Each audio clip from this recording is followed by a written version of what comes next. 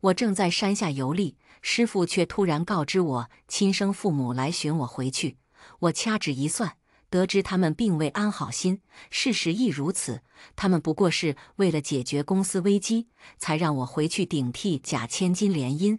可惜他们不知道的是，所有的危机其实都是养女导致的。她那天生的三角眼，注定会是唯利是图的守财奴。只是令人万万没想到的是，危机解除后，联姻却成了真。这就是我家。我望了眼那栋虽雄伟却冒着黑气的别墅，低头看着手机里的陌生地址，再次核对了门牌号，发现确实是这里。谁能想到，自小是孤儿的我，竟是京圈贵族陆家的真千金。这时，一台价值不菲的跑车停在我身后，不耐烦地按着喇叭。一个妆容妖艳的女子戴着墨镜，探出头，嫌弃地打量了我一眼：“滚到一边去！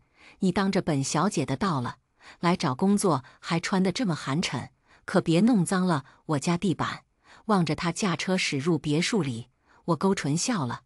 莫非我家的地板我还不能弄脏？跟随管家进入别墅后，我又遇到了他。他刚摘下墨镜，露出一双倒三角眼，典型的守财奴面相，而且印堂还发黑。他看向我的眼神中带着无尽的藐视，一副目中无人的态度，连管家见了都畏畏缩缩的人。应该就是传闻中嚣张跋扈的贾千金陆雨欣了吧？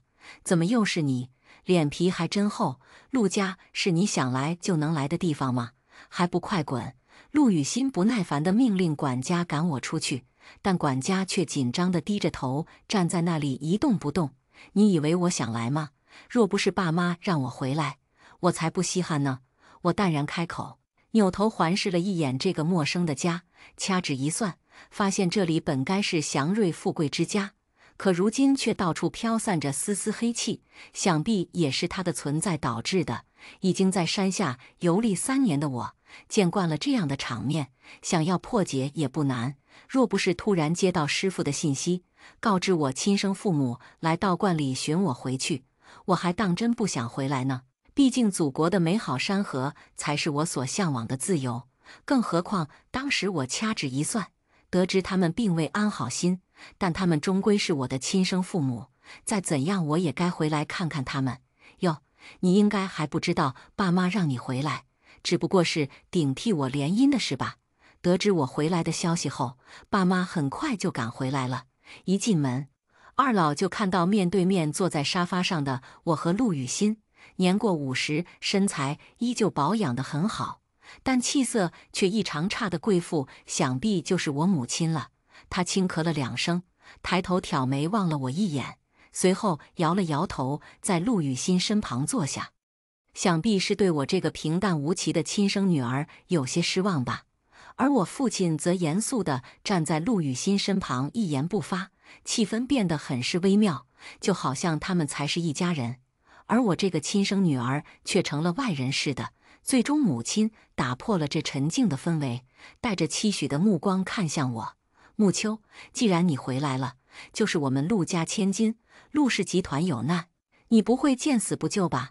而刚才还沉默的父亲点燃了一支烟，用命令的语气开口道：“只要你跟萧氏集团的二公子萧青联姻，那我们陆家就能安然度过这次难关了。虽然萧青只是个私生子，外界没人知道他为人怎样，但相信他不会亏待你的。”话说的那么轻松，却从没人问过我愿不愿意。他们可是我亲生父母，第一次见面却没有问我这20年来过得好不好，而是上来就直接安排了我的终身大事，这实在太可笑了。我的婚姻在他们眼里成了摆在台面上的商业交易，这样冷血的他们更像商人，不像父母。失望吗？说不失望那也是假的。爸妈放心，姐姐那么懂事，肯定会答应的。若我是你们的亲生女儿就好了，那我就可以帮你们，就不用姐姐回来顶替我联姻了。陆雨欣一副爱莫能助的样子，茶里茶气的，还真懂得极力讨好爸妈。如此母慈子孝的场景，让我当真感觉自己像个不懂事的外人。可嗨嗨，突然母亲开始不停地咳嗽，甚至都咳出血了，看来病得不轻。应该是有一段时间了。我本可以假装没看到，但师傅的教导却让我不得不出手救他，救人一命胜造7级浮屠。刚回来就想离开的我，决定帮他们度过这次难关，也算是还了他们的生育之恩。我无奈叹了口气，连忙走上前，将他们父女推开，抓起母亲手中的玉镯，强行摘了下来。木秋，你有病啊！母亲都这样了，你还动手抢她玉镯？陆雨欣见状，急忙扑向我，想从我手中抢回玉镯。哐当一声，玉镯直接被我大力摔碎在了地上。陆雨欣假装委屈，瘫坐在碎片旁，用手指着我，哽咽道：“姐姐，我知道你妒忌爸妈对我好了20年，但你也用不着打碎我送妈妈的生日礼物啊！”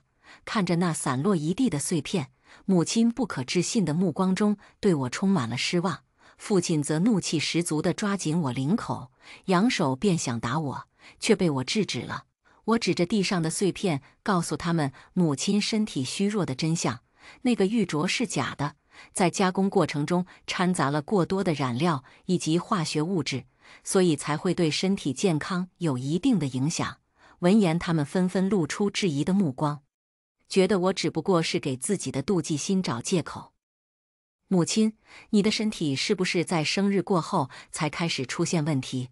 母亲思索片刻，似乎发现我说对了，朝父亲点了点头。父亲这才松开手，再迟点我都要被他勒得呼吸困难了。我踉跄走到陆雨欣身旁，捡起了一块玉镯碎片递给父亲。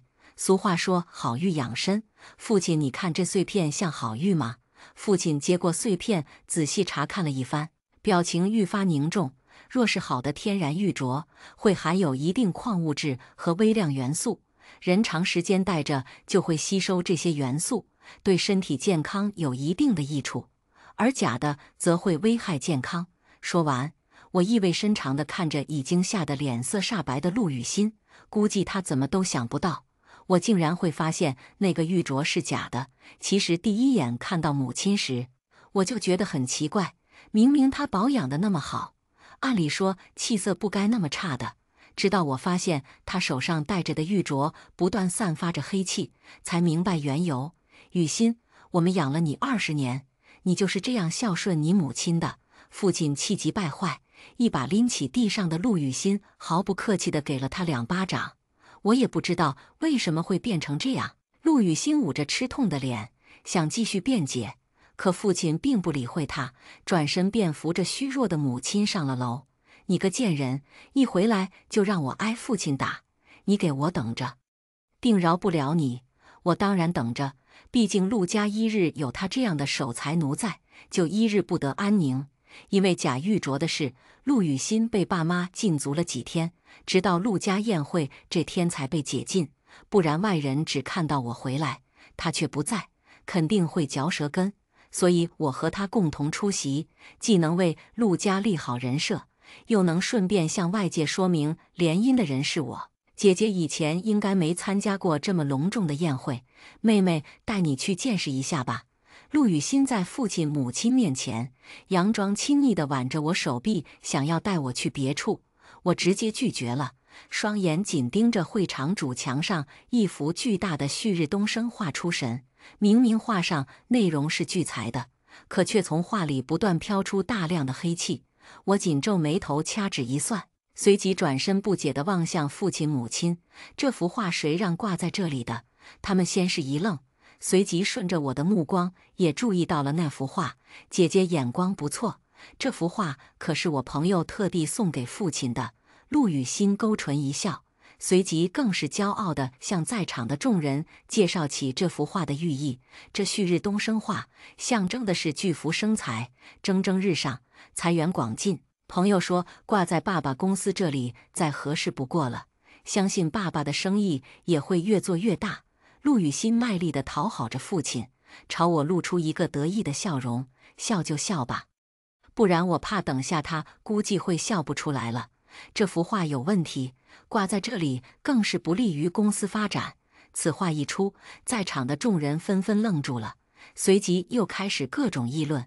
归根到底，还是觉得我这个真千金一回来，肯定跟陆雨欣这假千金不对付，他怕是故意针对雨欣的吧？觉得是雨欣享受了本该属于他的20年好生活，对，肯定就是妒忌叔叔阿姨对雨欣那么好。陆雨欣身后的2个小跟班，故意在众人面前出言诋毁我，而他本人却装作委屈的模样，阻止2个小跟班继续说下去。你们别说了，姐姐肯定不是这样的人，她这么说，可能只是因为她并不懂风水。这可是风水大师千挑万选出来的最吉利的方位了。就在陆雨欣自以为能在众人面前让我出丑时，我嗤笑出声：巧了，关于风水的问题，我还真略懂一二。陆氏集团堂堂的千金，竟然会看风水，这也太扯了吧？说不定只是为了面子，刚回陆家不想让人小看，才故意撒谎的吧？显然我刚才的话引起了众人的质疑，就连爸妈都向我投来了怀疑的目光。也对，自从回来后，他们并未过问关于我的任何事，仿佛对我过去的生活并不在意，又怎么会知道这些年里我究竟学了什么？而那贾玉琢的事，估计他们也是觉得我是碰巧发现而已。姐姐，你可要想清楚了再说，可不能因为一时意气用事而坏了我们陆家脸面。陆雨欣正偷偷窃喜，似乎在等着看我的笑话。他肯定觉得我是在虚张声势，其实只是个什么都不会的野丫头。就在他得意忘形的时候，那幅画不知被谁扔了只陶瓷水杯砸中了，哐当，保护着画的透明玻璃边框应声而碎。那陶瓷水杯更是砸到了里面的画上。在众人吃惊的目光中，我笑了。只见旭日东升画被砸烂了一角，露出里面另外的一张画。这幅画后面怎么还有其他画？你们看，那底画的颜色和内容怎么看起来那么恐怖？众人指着那幅画议论纷纷。父亲惊讶之余，连忙让员工将画放了下来。我直接上前，将所谓的旭日东升画毫不留情地撕下，在他们不可置信的目光中解开了真相。看着眼前一幅巨大的黑白加血红色调的诡异图，里面画的全都是各种鬼哭狼嚎的魂魄，煞气那么重，不出问题才怪呢。我无奈地摇了摇头，叹了口气，这才是这幅画的问题关键所在。万人炼狱图本就是煞气重的画，却挂在公司最聚财的方位，还想聚财，不破财都算好的了。父亲见状，似乎意识到了什么，急忙开口附和。难怪自从挂了这话后，公司生意就开始出现各种问题。说完，父亲脸上一沉，质问的目光落在了早已浑身发抖、脸色煞白的陆雨欣身上。这画可是你朋友送的，那他人现在哪里？不知道，我也找不到他。陆雨欣紧咬着唇，慌张的眼泪都出来了，却半天都不敢说出他朋友是谁。我都说了，他等下会笑不出来的。这时，一位老人家微微颤颤地向我走来，紧握着我的手，表情很是激动。没想到在这里还能遇到穆大师，当年若不是你出手帮忙，我们萧家可就毁于一旦了。萧老，您认识我家小女穆秋？父亲恭敬地搬了张椅子给萧老坐，周围人的目光更是在萧老和我之间来回徘徊，似乎是看出我并不记得他。萧老赶紧跟我解释了当年的事，多亏了穆大师，你可是我们的救命恩人啊。经他这么一说，我才想起了2年前的事。那时我正下山游历，看到他们家有异常，便顺手帮忙化解了。陆小姐，你师父可是云白道观的施恩大师。人群中突然安静了下来，就因为有人蓦然开口问了我这么一句话。我想也没想就点了头，谁知众人哗然一片，没想到陆小姐竟然是施恩大师唯一的传人。难怪这3年经圈一直流传，云白道观出了一位年轻有为的穆大师。我失笑摆了摆手，我只不过是略懂1、2而已，算不上什么大师。但我的话并未奏效，众人看向我的目光中都带着钦佩。刚才还怀疑我撒谎的人，如今却纷纷想让我帮他们化解自己的问题。看着快要乱成一片的会场，我连忙提起裙子想往门外跑。离开前，萧老慈祥地拉着我的手，眼中很是满意。穆大师别急着走啊，今天我孙子也来了，我现在打电话让他来见见你。我连忙拒绝，现在会场都那么多人了，再多一个人纠缠，那我还怎么跑得掉？肖老，我先走了，下次有空再见您孙子。说完，我便在保镖的拥护下逃离了会场，一路小跑出酒店，却在转弯处差点被一台跑车撞到，还好对方刹车及时，只受了点皮外伤。你没事吧？头顶上传来有些耳熟的男性声音，我惊讶地抬头，逆光中，一个英俊而熟悉的轮廓出现在了我面前，记忆中青涩的脸，如今成熟许多，更添了几分清心寡欲的感觉。怎么是你？异口同声的话语，随即相视一笑。没想到2年不见，你还是那么莽撞。男人微微勾起笑意，蹲下身直接将我抱起。他身上依旧是淡淡的栀子花香，我并未抗拒，反正又不是第一次被他抱了。同样的2年时间，你倒变得比以前绅士了很多。我毫不吝啬地夸奖他，只见他嘴角的笑意更浓了。还不是因为当初你嫌我粗暴。不说了，我先带你去包扎。我看了眼被擦破皮的膝盖，应该问题不大，但正好可以先避开那群人，管他送我去哪都行，反正他又不会把我卖了。所以对于他我放心得很，要是觉得疼就说，我尽量轻点。别墅里，男人单膝蹲在我跟前，包扎的动作娴熟而细心，比起以前可温柔多了。如今的他，也比2年前更懂得体贴了。初见他时，我正游历到一个小村庄里，帮村民化解事情，但是有个别村民误以为我是骗子，待我并不友好，甚至还出手打伤了我。正好遇见路过同一个村庄的他，将我救了下来，还真是像医生那样，医者不自医呀。我能运用从师傅那里学到的玄学，为别人化解，却无法化解自身的危险。但好在遇到了他，虽然动作有些粗鲁，但心是真的善良。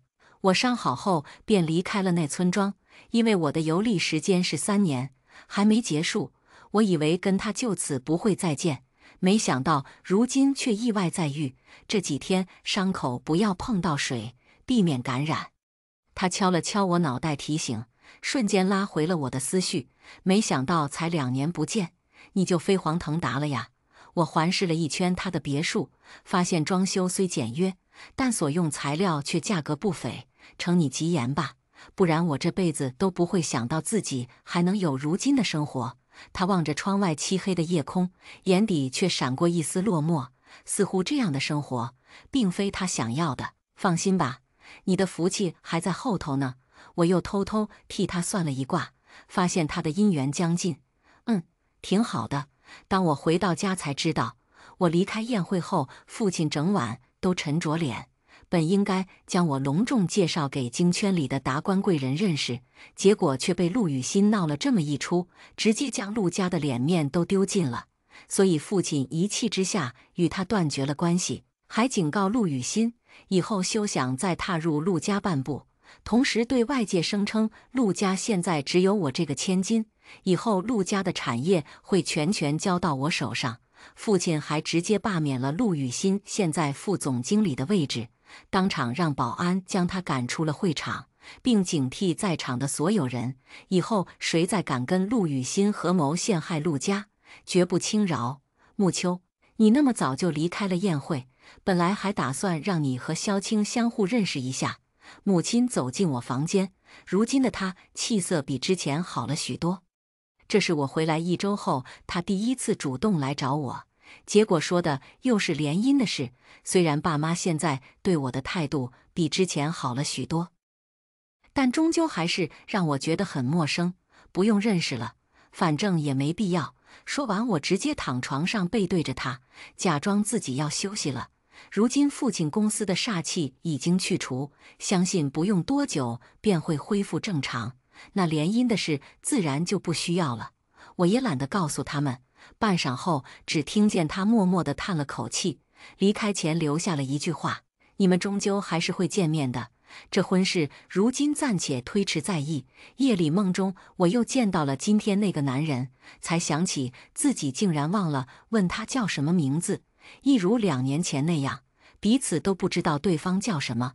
不过也无所谓了，毕竟他命里该有的姻缘将尽了，而我与他怕是以后都不会再相见了。不知为何，心底却涌出一丝异样，从未有过的感觉。许是最近发生的事太多了。陆羽心虽被赶走，但陆家的劫难还并未结束。谢谢穆大师，这小小心意，希望您能收下。这天刚帮一位客人化解完，对方就直接豪横地从包里拿出一块金砖推给我，我连忙推辞，让他带回去。那重量我还差点都推不动了。京圈的人都这么有钱的吗？但我不能收下，因为师父告诫过我，助人为乐，切莫贪财。不过自从我是师父唯一的传人这事被京圈贵族知道后，总是天天有人上门拜访，不是为自家的孩子求姻缘，就是让我帮忙化解各种问题，整得我比之前下山游历那3年还要忙。最起码之前我居无定所，也没什么人认识我，去到哪儿就帮到哪儿，随遇而安，逍遥自在，多好。不像现在，什么首富、大官、明星之类的都来了，日程表都排满3个月了。每天我规定就只见2个人，见多了，化解的多也会有损我的修为，所以想见我只能提前预约。这段时间父亲公司的生意越来越好，很多人知道我是他女儿后都来找他合作，为的就是让他帮忙预约个时间来见见我。我翻看着日程表，查看等下要见的客人，对方要求我去他家里帮他看风水，而车早已停在别墅外等候了。我如约上车前去，到了才发现那是一个废弃的野外工厂。贱人，今天你落在我手上，看我怎么收拾你。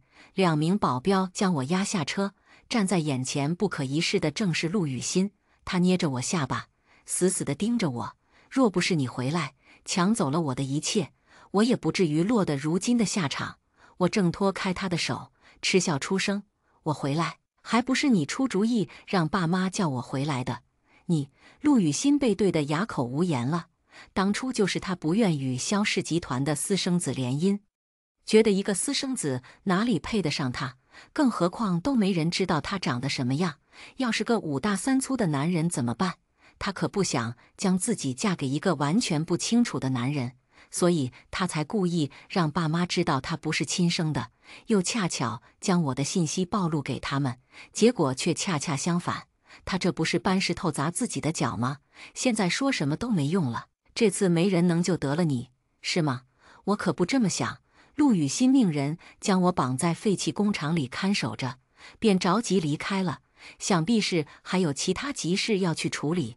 看着他身上越来越多的黑气，我知道他忍不了了，很快就会对陆家进行最后的报复。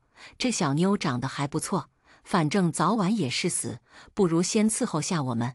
2个猥琐的男人搓着手，一脸色相地靠近我。就在他们想要对我动手时，一根木棍直接飞来，打到了其中一人头上，对方顿时晕了过去。剩下的一人起身想反抗，却被一根木棍重重打到腿上，瞬间跪了下来。你刚才哪只手动他了？熟悉的声音。我回头查看，男人英俊的脸上露出愤怒的神情，像头随时会爆发的狮子。快说，哪只手？男人似乎没什么耐心，恶狠狠地质问着地上抱头求饶的猥琐男。我没动到他，饶过我吧！啊！男人直接一根木棍敲在他双手上，没动最好，但你这手留着也没用。猥琐男痛得在地上翻滚几下后，晕死了过去。你没事吧？男人刚才还凶神恶煞的态度，面对我时却像变了个人似的。你怎么在这里？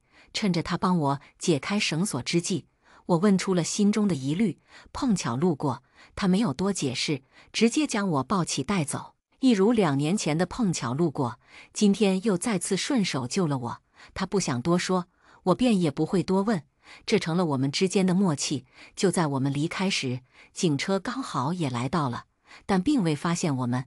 当然，警车之所以会来，是我事先安排的。因为当时看到别墅外等候的车发出丝丝黑气时，隐约间我就有种不祥的预感，所以提前报了警，并将手机定位开好。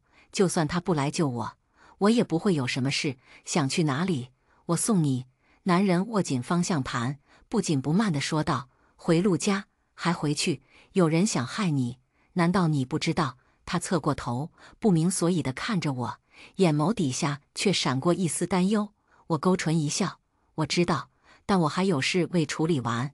望着远去的跑车，我才突然想起，我又双若着忘了问他名字了。我这记忆力确实不是一般的差，下次若还有缘再见，我打死都要记得问他叫什么名字，毕竟人家都救了我3次。我却连救命恩人的名字都不知道，说出去多尴尬呀！我懊恼地敲了敲自己的榆木脑袋，还真有点疼。很快，第2天的网络上就出现大量对陆氏集团不利的消息，说陆氏集团的化妆品掺假，里面有毒成分超标，而且仓库里还有很多这样不合格的存货，还发了一些照片，说是使用过的人皮肤上都出现了各种程度的溃烂。这些不良内容甚至都上了热搜，就连热搜底下的评论都有一堆类似水军的账号在助威，必定是有人在背后操控这一切。陆羽新也定跟这事脱不了关系，而陆氏集团受此影响，刚开盘股价就开始迅速下跌。再这样下去，陆氏集团今天分分钟都可以宣告破产了。父亲得知此事后，急忙去公司商量对策。母亲担心父亲处理不了那么多事务，也跟着一同前去了。我翻看着网络上另外的热搜，发现了蹊跷，一直与父亲公司敌对的李氏集团，却在今天发布新化妆品上市。而那化妆品的秘方，则是父亲公司研究了大半年的成果。之前父亲有跟我提过，那时公司正遇到危机，所以并没有多余资金投入生产。半个月前，不知为何实验室却着了火，所有相关的数据资料都烧没了。父亲以为是那段时间运气不好，公司接二连三发生各种不好的事，所以也没精力去仔细查起火原因，就这么放任不管了。没想到如今秘方落入敌对公司手里，还被对方捷足先登投产出来了。看着新产品发布会的热搜视频里，李氏集团总裁印堂发黑，浑身散发着黑气的模样，我知道他就是在陆羽新背后操控的人，一样的倒三角眼，还真是绝配。可惜他们都不知道守财奴为了钱，最终会做出怎样丧尽天良的事来。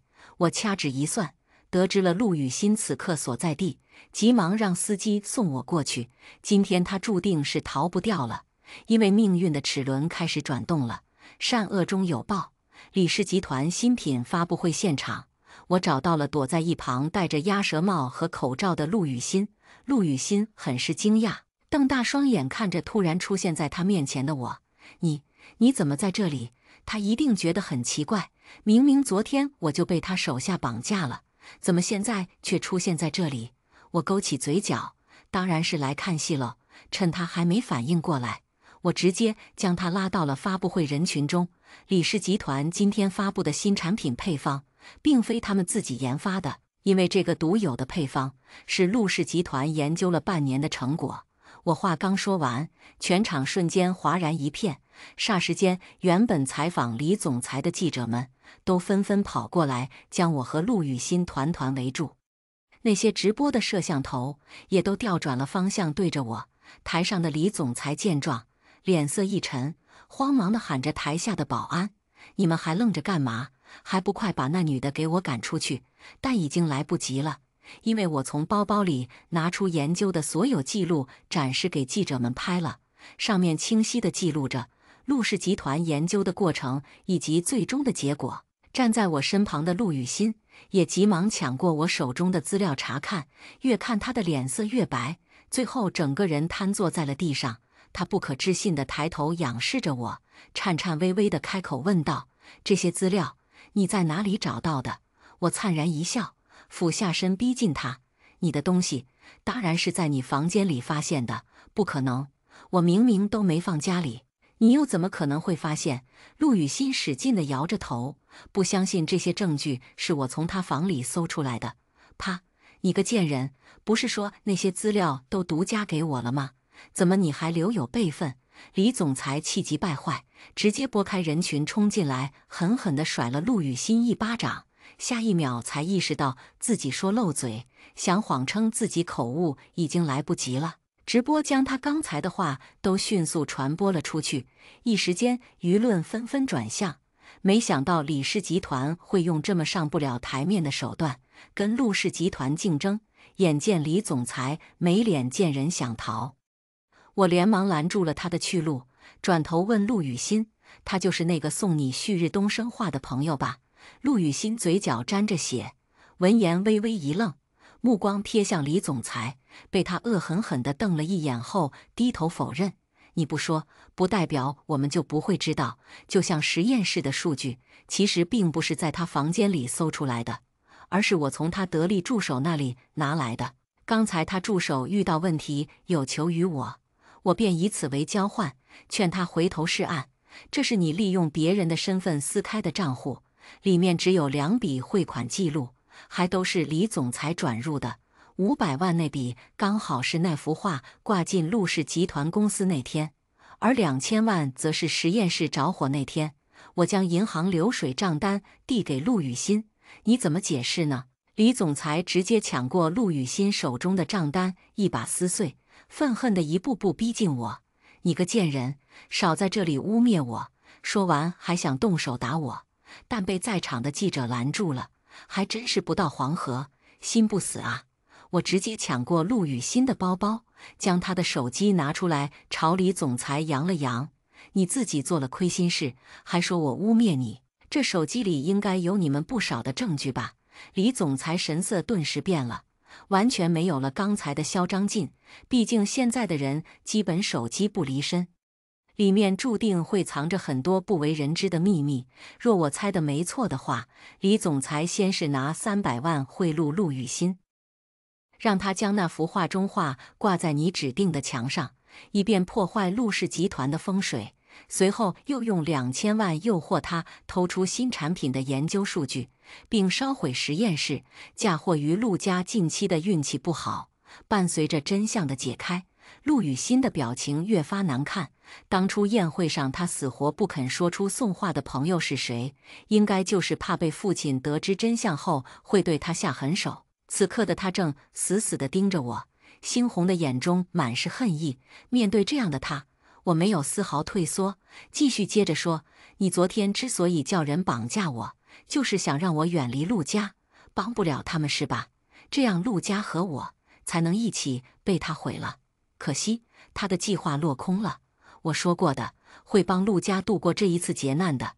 而像他这样天生的守财奴，见钱眼开，注定会因为害怕失去而不择手段，也终会因为贪婪而为之付出惨重的代价。”此时，一群警察来到了发布会现场，将李总裁和陆雨欣扣押起来。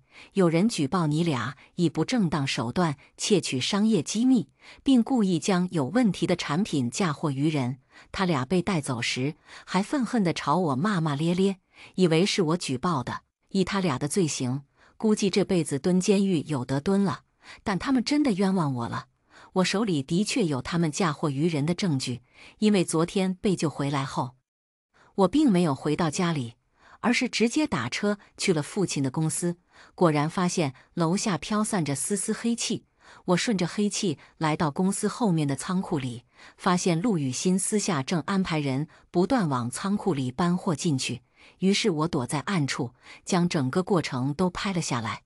但我今天并没有报警，在场那么多记者，总能挖掘得出来他们之前做过的坏事，所以我也挺想知道是哪位好人举报了他们的。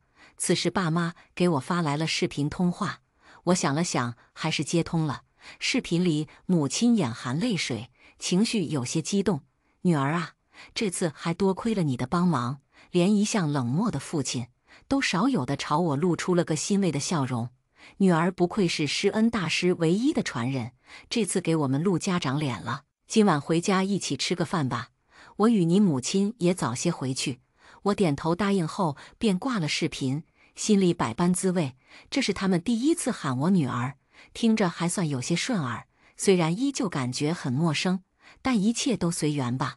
陆家这一劫，我已经为他们化解了，也是时候该离开了，因为这个家已经没有什么值得我留恋的了。去哪儿？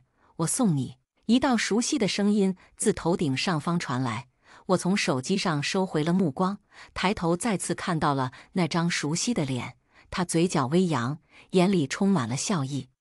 你怎么又在这里？又是刚好路过。我抢先一步回答，忍不住笑了起来。他侧头轻轻应了声，我却看到他耳朵有些微微泛红。回家吃饭。他意味深长地笑了笑，刚好顺路。一路上他并没有多说，直到他熟练地将车驶入我家别墅后，我才隐约察觉到有些不对劲。他刚才说的顺路，不是应该送我到家门口就行了吗？怎么还开进我家了？更何况我从来都没告诉过他我家的地址，他又是怎么知道的？我要回家吃饭了，我下车跟他拜拜，谁知他也跟着下车，正好我也要去吃饭。说完，他直接越过我走进了别墅，留下一脸不解的我。当我走进饭厅，才发现饭桌前除了爸妈，还有一个陌生的身影。然后我听到男人叫了声爷爷，便落坐在一旁的空位上。女儿，快过来见过萧爷爷。这时我才看清来人是谁，正是上次宴会说要介绍孙子给我认识的萧老爷爷。我愣住了，这介绍都追家里来了，实在有些吓人。难道现在坐在我对面救了我几次的男人就是他孙子？感觉头都大了。我尴尬地想找个地缝钻进去。穆大师，我们又见面了。萧爷爷客气了，还是叫我小秋吧。萧老爷爷慈祥地看着我，随即拿拐杖捅了捅一旁男人的腰杆，催促道：“臭小子，还不跟小秋自我介绍一下？”我尴尬地笑了笑，正好一直都不知道他的名字呢。你好，小秋，我叫萧青。说话的同时，他起身绅士地向我伸出了手，望向我的眼神格外温柔，令我神使鬼差地伸出了手。指尖突如其来的触感，勾起了我心底的一股异样。萧青，这名字怎么有些耳熟？我愣愣坐下，下一秒像是想起了什么，立马站了起来，不可置信地看着他。你是萧氏集团的二公子萧青。只见他微微勾起唇，眼中充满笑意。你的未婚夫。谁能想到三番两次救我，却不知道名字的男人，竟是我的未婚夫。天哪！但若未婚夫是他，好像也不错。果然救命之恩，都是要以身相许的。番外萧青，20岁之前，我本是一名山村里的孤儿，一直靠吃百家饭长大，村民都待我很好。我以为我的余生也会这么平淡地过下去，直到遇见了她，一个比我还要小2岁的女孩，却是个厉害的大师。但村里有个别人不相信她，还打伤了她，所以我将她抱回了家，帮她治疗。既然伤好了，那我也该离开这里了。她笑了笑，说还要继续游历。离开前还替我卜了一卦，说算是报答我的救命之恩。我至今都记得那天他明亮的双眼，直直地注视着我，像是要把我看透似的。我的心在那一刻不自觉地跳得很快。你以后一定会遇上贵人的，因为你的余生注定了辉煌而幸福。他大概就是我的贵人吧，因为他走后不久，我亲生爷爷便将我接了回去，我才得知自己的家族并非普通人家，而他那瘦小的身影却夜夜出现在我梦中。可我连他叫什么名字都不知道，只知道村民们都叫他穆大师。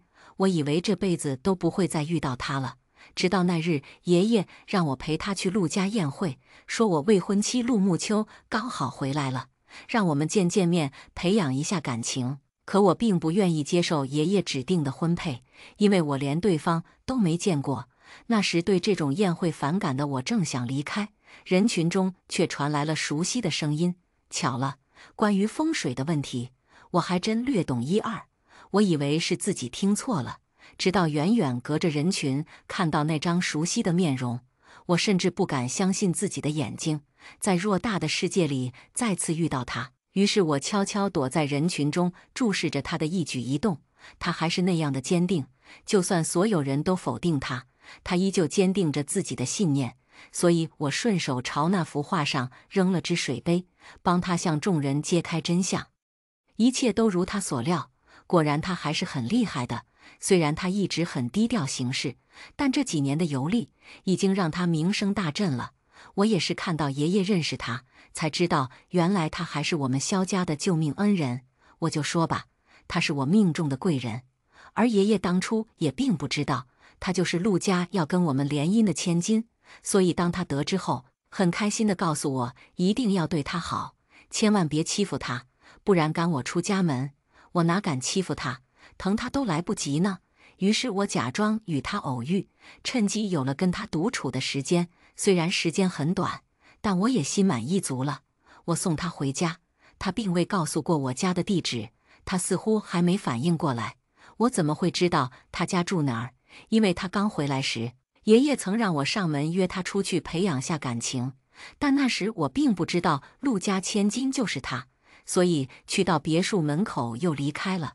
回去还跟爷爷撒谎，说他刚回来不愿见陌生人。后来每天我都会去他家外面守着，远远地透过落地窗看他为别人化解。其实我也很想预约个时间去见见他，可我不知道时该开口跟他说些什么。直到后来有一天，我发现他神色有些不对劲，地上了一台车，便尾随而去。没想到那车驶到了无人的郊外，而幕后之人竟是他曾经的妹妹陆雨欣。这让我顿生怒意，特别是看到两个心怀不轨的男人走近他时，我再也忍不住，拿着棍子冲上去，想将他们都打残。当他问我为什么会出现在这里时，我不好意思说自己一直守在他家外面，只能撒谎称碰巧路过，然后又碰巧救了他。还好他并未多问，不然我肯定会露馅了。想想都有些心虚。虽然我不知道自己到底在心虚什么，他明知有人要害他，还坚决要回家，所以放心不下的我，在他下车后并没有开远，而是想继续守着，生怕再次发生刚才那样的事。她那么柔弱的一个女生，要是碰上坏人怎么办？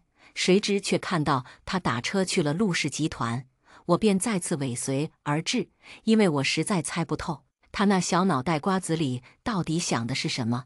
直到我又再次看到了陆雨欣，于是我将她的所作所为都拍了下来。等木秋安全回到家里，我才放心离开。我回家把手机里今天的视频都拷贝了一份，连同这段时间收集到的其他资料，在第二天一早便匿名举报了上去。没想到我才举报完，就又在热搜视频中发现他独自一人去了李氏集团。担心他会有什么事，我就又立马驱车赶了过去。还好发布会现在人多记者多，那个姓李的不敢乱来，不然就算拼尽我这条命，我也会让他付出代价。但好在他足智多谋，成功揭开了那二人的罪行。最后收到匿名举报的警察来了，将那二人押走，我吊着的心才终于放了下来。以后应该没人再敢伤害他了，就算有，我也会陪在他身边护他周全。这时我接到了爷爷的电话，让我今晚去陆家吃饭，我欣然答应了。与此同时，我将车停好在会场门口，就等他出来，一起回陆家吃饭。你怎么又在这里？又是刚好路过。这次他抢先一步回答，说完还忍不住笑了起来。看到他笑容明媚的模样，不知为何我的心突然跳得很快很快。回家吃饭，我笑了，刚好顺路。这次我说的可是真话，真的是顺路了。可他还是一如既往的，并未发现任何异常。我就在想，他是不是不能算到自己的姻缘，不然为何一直没对我的屡次出现感到奇怪？直到他惊讶地问我是不是萧氏集团二公子萧清时，他才后知后觉地知道我的真实身份。看着他呆呆的样子，我笑了。这样的他实在太可爱了，甚至我脑海里已经能想象得出来，往后余生有他的生活会是多么的丰富多彩。没错，我叫萧青，正是他的未婚夫。第一个故事就分享到这里了，接下来的故事更精彩。我是豪门真千金，从小在福建跟着师傅学习言灵术，被父母认回后，我被迫和有钱有势的校霸许泽联姻。在相处中，我给许泽透露了我会法术的秘密。许泽这小子竟然问我能不能跟我许愿个大的，还在学习阶段，现在一般是好的不灵坏的灵。那你这不是乌鸦嘴吗？许泽小声嘀咕了一句。大年30，我正在拜妈祖，一群黑衣人围住了我，还说我是夏家走失的真千金。我回家后，假千金夏小小在爸妈面前哭哭啼啼：“姐姐，对不起，我不该抢走你的人生，都怪我什么都不会，才没有办法离开夏家。”我看着泪眼朦胧的她，忍不住安慰：“阿妹呀，不要哭了吼，是金子总会花光的啦。”而夏小小哭得一抽一抽的，见我安慰她，她哭得更凶了，好像我把她怎么了似的。爸妈看着夏小小红了的眼睛，赶忙给她转了50万。小小，不要哭了，爸爸给你转50万，你想要什么就去买。50万，好家伙！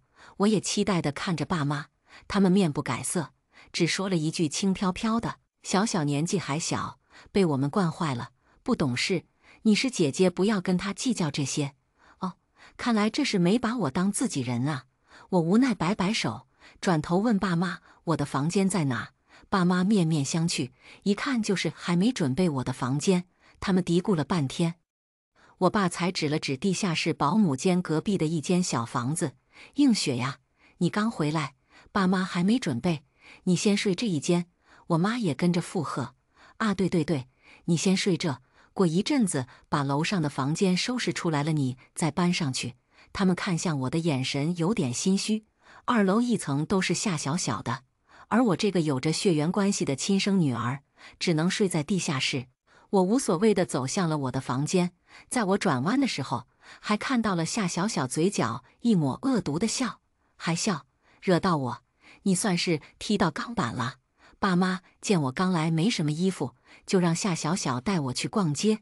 夏小小刚准备开口问爸妈要钱，我赶着他之前说：“小小，爸妈不是刚给了你50万吗？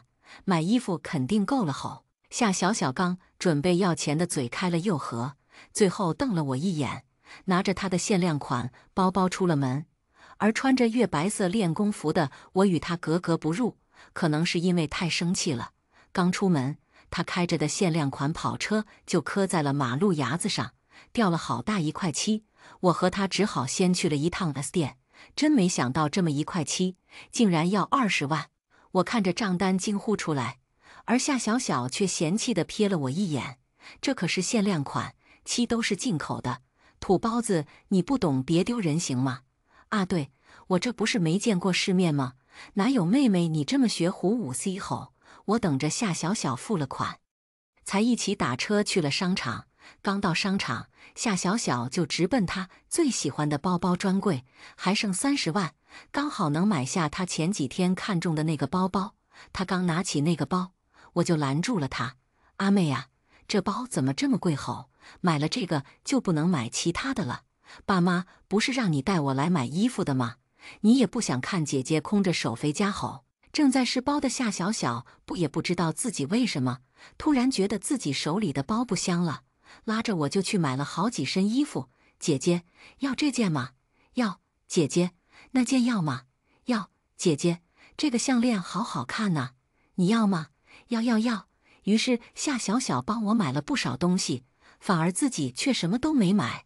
直到走出商场，夏小小才冲我尖叫：“啊！我不是给自己买包来的吗？怎么钱全花给你了？逛了半天街也累了。”这时我的肚子不争气地叫了起来，夏小小也听到了，她嫌弃地看我一眼：“山里出来的就是没教养。”于是她带我来到了高级法餐厅。“姐姐从小在山里，没吃过好的吧？”“啊，挺好吃的呀。”她根本不懂山里的野味有多香。“算了，我来点吧，让你点你也看不懂。”我刚接过菜单，还没看上2眼，就被夏小小夺走。只见他手指在菜单上飞快地比划了几下，服务员就带着菜单走了，最先上了一份前菜，长得像一块发了霉的豆腐，还散发出阵阵酸臭味。夏小小把餐盘推在我面前，姐姐，你尝一下这个法国著名的蓝纹奶酪。我看着故意要刁难我的夏小小，这难闻奶酪确实挺难闻的，还是你吃吧，我不是很想吃这个。我把餐盘反推给夏小小，摆在他面前。他闻见奶酪散发出的阵阵臭气，面色由白转红，由红转青，最后他鬼使神差地拿起了叉子，插了一块就吃了起来。好吃吗？我看他吃得挺香，忍不住发问。好吃哟，味道不错哟，姐姐要不你也尝一口吧。哟，我看着吐字艰难还在强颜欢笑的夏小小，好吃你就多吃点。只见夏小小面色蜡黄，机械重复着吃奶酪的动作，不一会一大份蓝纹奶酪全都被他吃完了。紧接着松茸、牛排、海鲜一道接一道地摆了上来。我指着面前看上去比蓝纹奶酪正常太多的菜问夏小小：妹妹，你还吃吗？而刚刚被迫吃下一份蓝纹奶酪的他，已经恶心得再吃不下去一口。于是，一桌子大餐被我一个人慢悠悠地吃完了。真香。回到家，爸妈看我和夏小小拎着大包小包回来了，打开一看，竟全是夏小小给我买的东西。而夏小小红着眼睛，委屈地看着爸妈：我今天什么都没买，钱都给姐姐买了。爸妈心疼夏小小，嗔怪他怎么不知道给自己买点东西。我妈还阴阳怪气地说道：你姐姐刚从农村来，没见过世面，难免看见好东西走不动道。下次妈带你去逛街，小小喜欢什么我都给你买。而我爸在一旁阴沉着脸：映雪，你刚生下来的时候，我给你订了个娃娃亲，又看向我刚买来的一堆衣服，明天挑一件好看穿上，给他留下一个好印象。夏小小所在的学校是出了名的贵族大学，而父母又很注重学习，考试成绩以及能不能获得奖学金，都是他们选择继承人的标准。夏小小的成绩在中等偏上，又因为夏家的地位，自然是有着不错的人缘。而爸妈也托关系把我塞了进来，不出意外的话，我也会在今天见到我的联姻对象许泽。许泽是学校出了名的校霸，仗着自己家里有钱有势，在学校为非作歹，不是今天把这个打了，就是明天把那个揍了，妥妥的暴力倾向。爸妈怕夏小小嫁过去受欺负，这才找到了我，让我替夏小小联姻。夏小小一身公主裙，带着昂贵的珠宝，而我挑了一件昨天买的最朴素的裙子穿上，跟着她一起去了学校。我妈和夏小小并肩手挽手走在一起，而我跟在他们身后。在别人看来，我才像是一个外人，而夏小小才是他们亲密无间的亲生女儿。到了学校，校长和导员都出来迎接我妈。校长一脸迷茫看了看我，又谄媚地看了看我妈：夏夫人，这位是我一个远房亲戚的女儿。说完又把我拉到一边：映雪呀，现在还不是时候，你先熟悉熟悉环境，过段时间我和你爸给你办个宴会，专门公布你的身份。我挑眉：不是时候，还是不想公布。好的，我乖顺的默认。我妈大喜，又拉着我到了校长面前：快给映雪办理一下入学手续吧。我转进了夏小小所在的大学，和她一起进入了工商管理专业，和夏小小同班。恰好许泽也在，一进教室就听见周围有人在窃窃私语，听说是夏家山里的远房亲戚，土包子一个，就是气质上比小小差远了。可不是吗？山里来的能有什么见识？我还什么都没有做，他们就对我有了满满的恶意。夏小小见我进来了，大声对着我说：给大家介绍一下，这是映雪姐，是我们家的远房亲戚。她从小生活在山上，没见过什么世面，有什么得罪大家的地方，大家多担待。夏小小那几个小跟班见她那么说，直夸夏小小人美心善。别人听见夏小小说我是夏家的远房亲戚，觉得我不是什么举足轻重的人物，连个眼神都懒得给我。我也没有管那么多，找了最后一排的一个空座位坐下。周围的人倒吸气的声音传来：天哪，他竟然坐许泽旁边，他不怕许泽发飙吗？有好戏看喽！没一会，许泽顶着一头红发，极为张扬地走了进来。他察觉到了座位的异常，冷淡地瞥了我一眼：滚开！我不为所动，凑到他耳边：我看你是屎壳郎坐太师椅，摆什么臭架子？许泽没有想到我敢这么顶撞他，顿时虎躯一震，狠狠又踢了一下凳子，准备发作，滚去别的地方坐。我不习惯旁边有别人，我冷眼看着一旁气急的许泽，不想坐在我旁边的话，那你就自己找地方站着去吧。他不知道我会言灵术的事情，只是不由自主地拿了本书就朝教室后面走去。许泽眼睛瞪得像铜铃，怎么回事？身体怎么不受控制了？许泽疯了！这个夏映雪到底有什么本事，能让许泽去教室后面站着？我听着同学们的窃窃私语，表示非常满意。连续1周后，许泽感觉出了不对劲，上课前吊儿郎当地来到我面前：夏映雪，你究竟对我使了什么妖术？为什么我一上课就想站在教室后面？我漫不经心地做完一道题，抬头对上许泽那张帅气而又迷茫的脸：我不是说了吗？不想和我做的话，就去自己找个地方站着。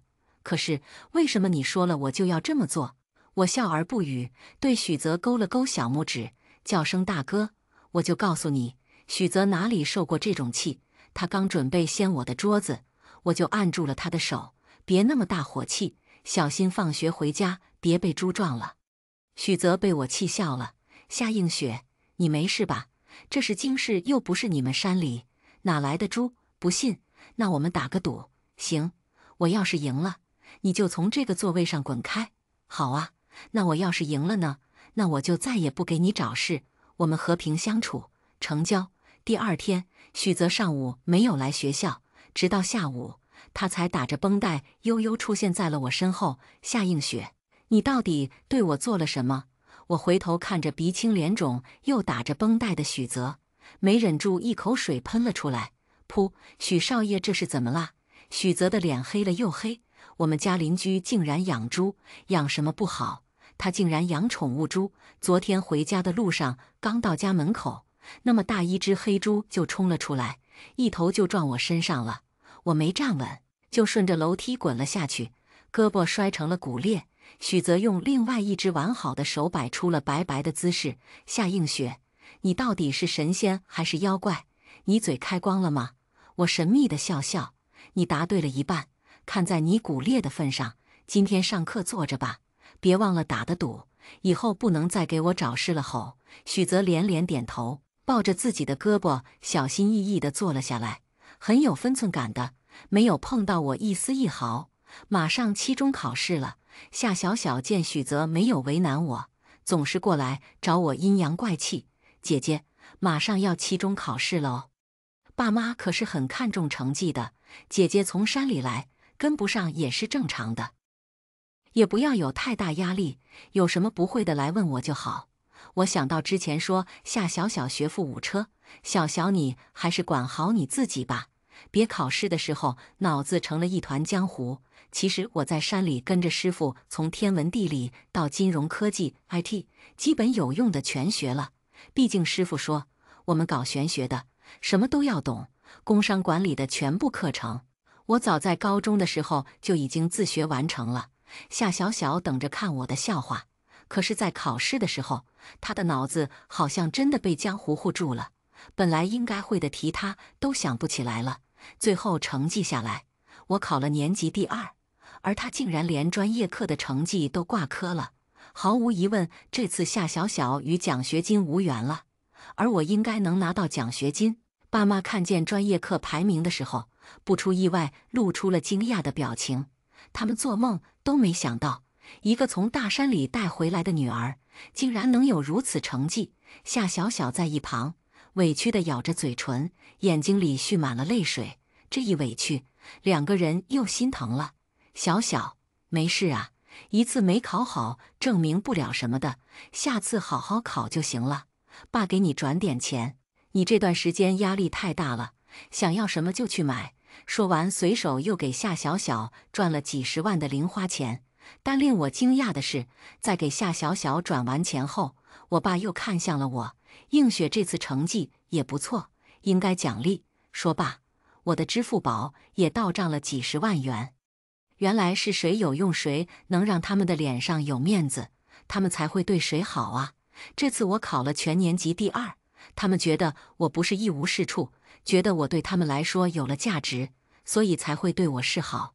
夏小小见爸妈走后，恶毒地看着我，都怪你，都是因为你，爸妈才没有像以前那么关心我了，都是因为你，我才会考得这么差。你为什么要来抢走我的爸妈？我有点无语。夏小小，你现在拥有的本来就是我的人生，现在还说我抢走你的爸妈。夏小小的妈本来是我们夏家的保姆，为了让孩子过上更好的生活，她把我和夏小小偷梁换柱，然后带着我回了老家。小时候对我动辄打骂，5岁的我就学会了烧火做饭。5岁，夏小小应该在我爸妈的关心爱护下过着公主一样的生活，而我在遥远的山里过着做错一点事就要挨打的日子。好在苍天有眼，夏小小的妈在一次出门时被毒蛇咬了，没多久就毒发身亡。我饿得很了，就去山上的道观里偷贡品吃，这才遇到了我的师傅。师傅说我很有慧根，让我跟着他修习延灵术，但我修为不够，不小心修成了乌鸦嘴。现在在我面前的夏小小，他拿走了我亲生父母20年的爱，竟然还对我哭诉说是我抢走了他的人生。我给许泽透露了一点我会法术的秘密，许泽这小子竟然问我能不能跟我许愿个大的。还在学习阶段，现在一般是好的不灵坏的灵，那你这不是乌鸦嘴吗？许泽小声嘀咕了一句，还是被我听到了。我给他脑袋上一拳，他捂着脑袋上鼓起的包，姑奶奶，那你可别再说我了，求你。我看着眼前被我驯化成了乖顺奶狗的许泽，陷入了沉思。那个一言不合就要动手的校霸去哪了？许泽的转变传进了爸妈耳朵里，于是家里的大人们准备找一天说两家一起吃个饭。不过许泽好像一直还不知道我是他的联姻对象这回事，不知道他会有什么样的反应呢？我和父母还有夏小小早早就到了饭店。许泽和他爸妈来的时候还黑着脸，但看到我的时候，阴云密布的脸立马转为了晴朗。他谄媚地坐在我旁边，不住地帮我夹菜倒水。在两家说起来联姻的时候，眼睛更是放出了光。他凑到我的耳边：“映雪，你竟然是我的未婚妻！”我见还有长辈，低着头沉默不语。他看我不说话，急了：“怎么不说话呀？大哥，你不会不愿意吧？”我爸妈和他爸妈还在商讨。许泽的妈妈说，自从映雪来了，阿泽再也没有打过架，请过家长了，整个人都变了，这一定是爱情的力量。许泽爸爸也跟着附和：“是啊，阿泽懂事了，他一直吊儿郎当的没个正形，还好遇到了映雪。”许泽爸爸看了一眼正在给我剥虾的许泽，映雪这孩子真是越看越喜欢。许泽见我一直没理他，坐在那里委屈的眼睛都红了。我见逗他逗得差不多了，先安抚了一下他，问他要了他的八字，发给了师傅。虽然我觉得他是有点子可爱的，但是还是要让师傅把关。夏小小好几次要插话，都被爸妈用眼神对了回去。他见自己没有了存在感，闭口不言了。在接连下来的几个学期，我都名列前茅，而夏小小的成绩却一次比一次差。爸妈的态度从他一眼红就心疼的给他打钱，变成了现在他说几乎话，爸妈就不耐烦的走开，甚至连哄都懒得哄一下他。毕竟我才是爸妈的亲生女儿，现在自己的亲生女儿比养女优秀，况且我又抱上了许泽这个大腿，他们对我的态度自然是好了起来。爸妈甚至决定办一个宴会，给大家公布我真千金的身份，顺便给我和许泽订婚。夏家虽然不敌许家的1/10，但在当地也是排名靠前的家族，请来的都是有头有脸的人物，那夏小小的身份就彻底瞒不住了。一个没有血缘关系的养女而已，自然没有人会再高看他一眼。而他为了巩固自己的地位，见爸妈这边无处下手，他又把目标转向了许泽。夏小小面容姣好，因为一直被爸妈娇生惯养，一看就是大户人家的女儿，长得自然是比我好看。她每天在许泽面前晃来晃去，甚至当着我的面撩拨许泽。见许泽在低头做题，他小跑过来，睁着无辜的大眼睛问许泽解题方法。谁知道本来好好做题的许泽突然就暴躁了起来：“你有病啊！不会就去问学习好的，问我这个吊车尾做什么？羞辱我！”没几句就把夏小小骂走了，骂走了还不解气，在我耳边不停嘀咕：“映雪，你这个妹妹真烦，你能不能用你那个言灵术，让她别在我面前晃悠？不行哦，师傅说使用言灵术的时候必须要严谨。自从上次对许泽用完之后，我就没有用过了。因为回到夏家的事，我给师傅说了，师傅气得吹胡子瞪眼。我普通话不标准，不许霍霍他的绝学，还说我这样有损阴德，所以我也不敢再擅自使用。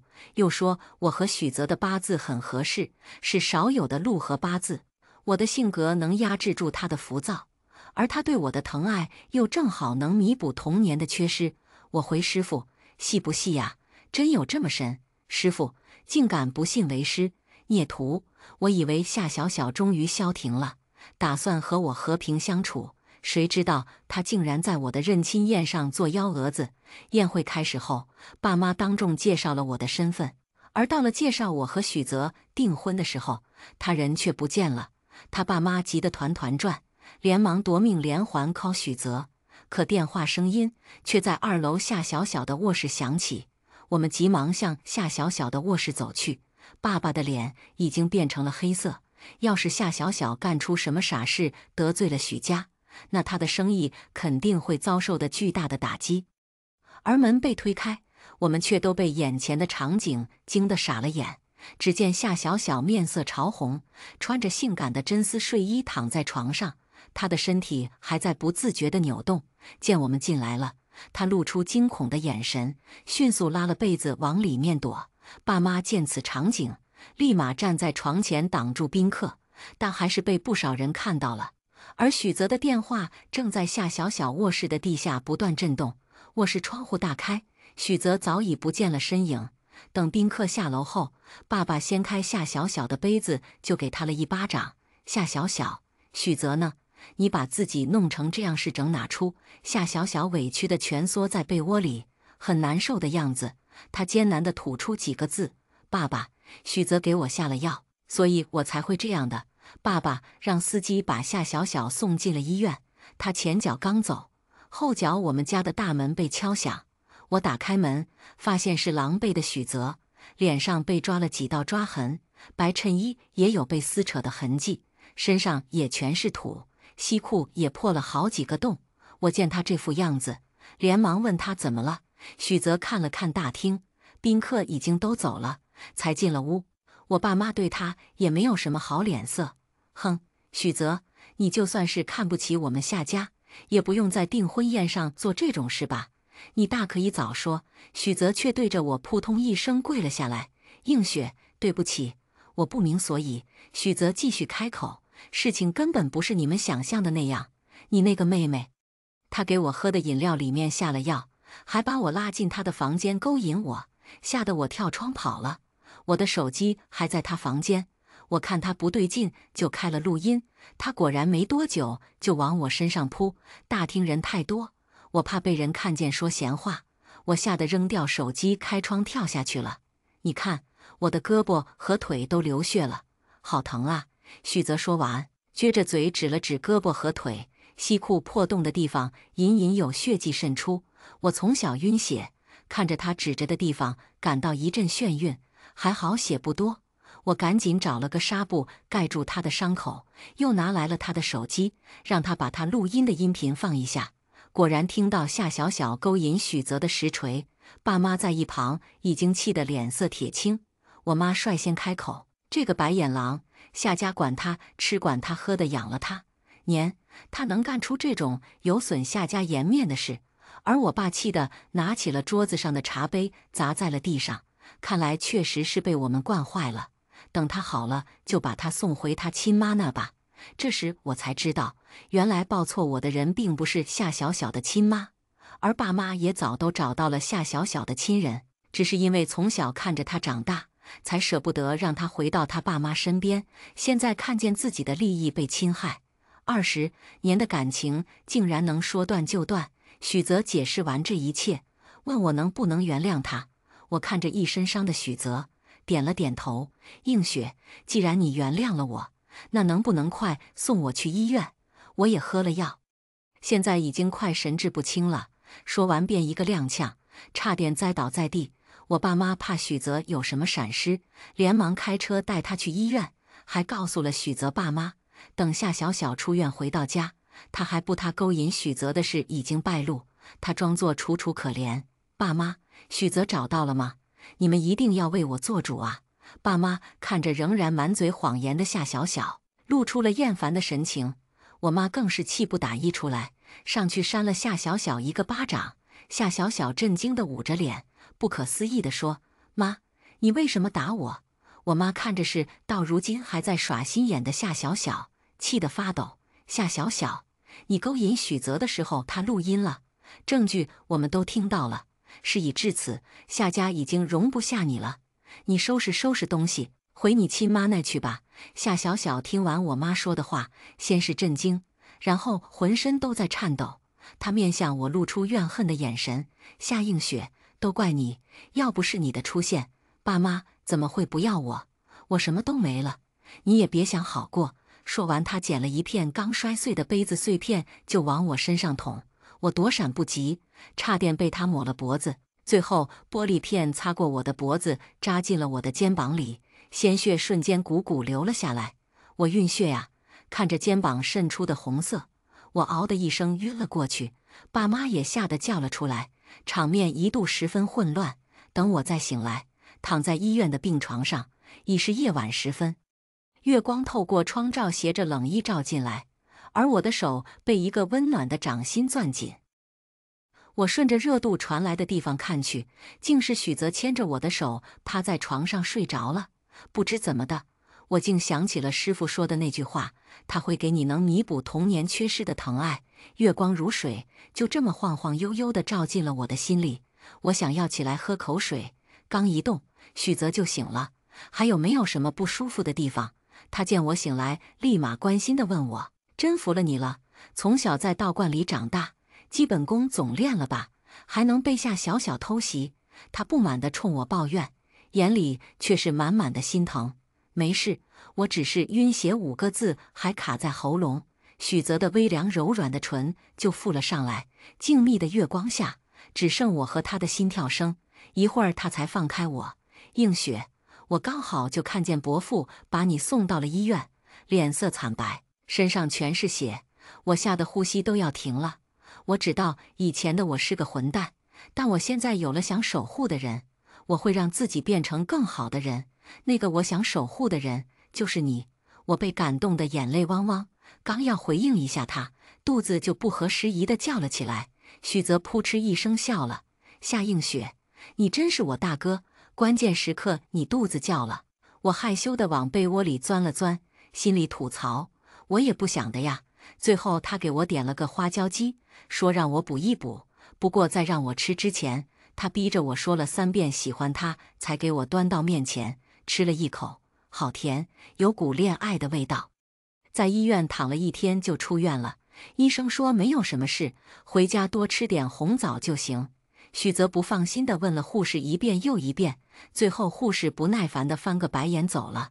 等我回到家，屋子里已经没了夏小小的痕迹。听妈妈说她已经收拾东西离开了。那天的订婚宴，夏小小勾引许泽这件事成了家庭的耻辱。爸妈说他们绝不能容忍一个品行如此恶劣的人生活在家里。其实哪有说的那么伟大，不过是因为夏小小失去了价值，又害他们丢了面子。夏小小终于离开了夏家。听说她的原生家庭家里有着赌博的爸、生病的妈、上学的弟弟，现在还多了个破碎的他。他回家的第一天，他爸妈就把他打了一顿，说他在有钱人家享了这么多年福，也不知道搞点钱接济一下自己家。夏小小被逼得变卖了自己从夏家带走的包包首饰，还是填不上原生家庭的坑，因此又来找了我爸妈好几次。爸妈看见他家的情况，给他万打发走了他，还跟他签了断绝关系书。赌博是个无底洞，有多少钱都不够造的。没几天，许泽爸妈就带着他和成堆的礼品来我家。许泽妈妈看向我的眼神满眼喜欢，本来想让你身体再养一养的，可是许泽天天在家催我们，这每一样礼物都是他自己挑的。许泽则是红了脸，映雪，可以跟我再订一次婚吗？大学毕业我们就结婚好不好？我想逗逗他，再说吧。他低下了头，没过一会，眼里还掉起了小珍珠，竟然哭了。我轻笑，许泽，你知道男人最好的嫁妆是什么吗？什么？他抬头泪眼婆娑地看着我，你要什么我都给你。阿泽，眼泪是男人最好的嫁妆，会哭的男生招人疼。那你的意思是你同意了？我笑着点点头。许泽哭得更凶了，把他的头埋进我的颈窝。前尘已翻篇，不如趁现在。许泽番外，我从小就知道自己有个未婚妻，得知未婚妻是夏小小的时候，我叛逆了。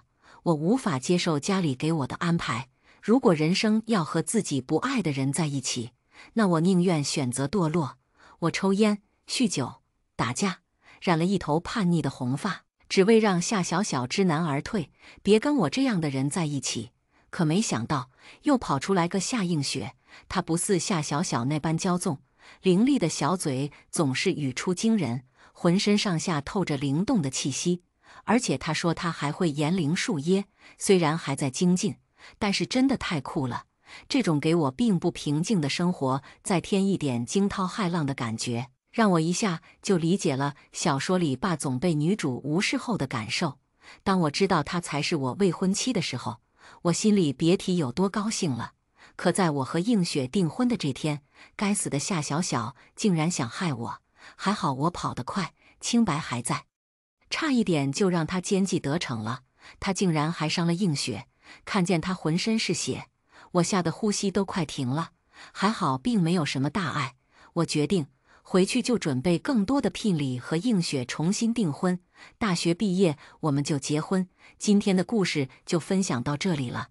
如果您喜欢这个视频，请为我点个赞和订阅。如果您有任何建议，都可以在评论区留言告诉我。希望今天的故事在你心中留下清香。我们下期视频再见。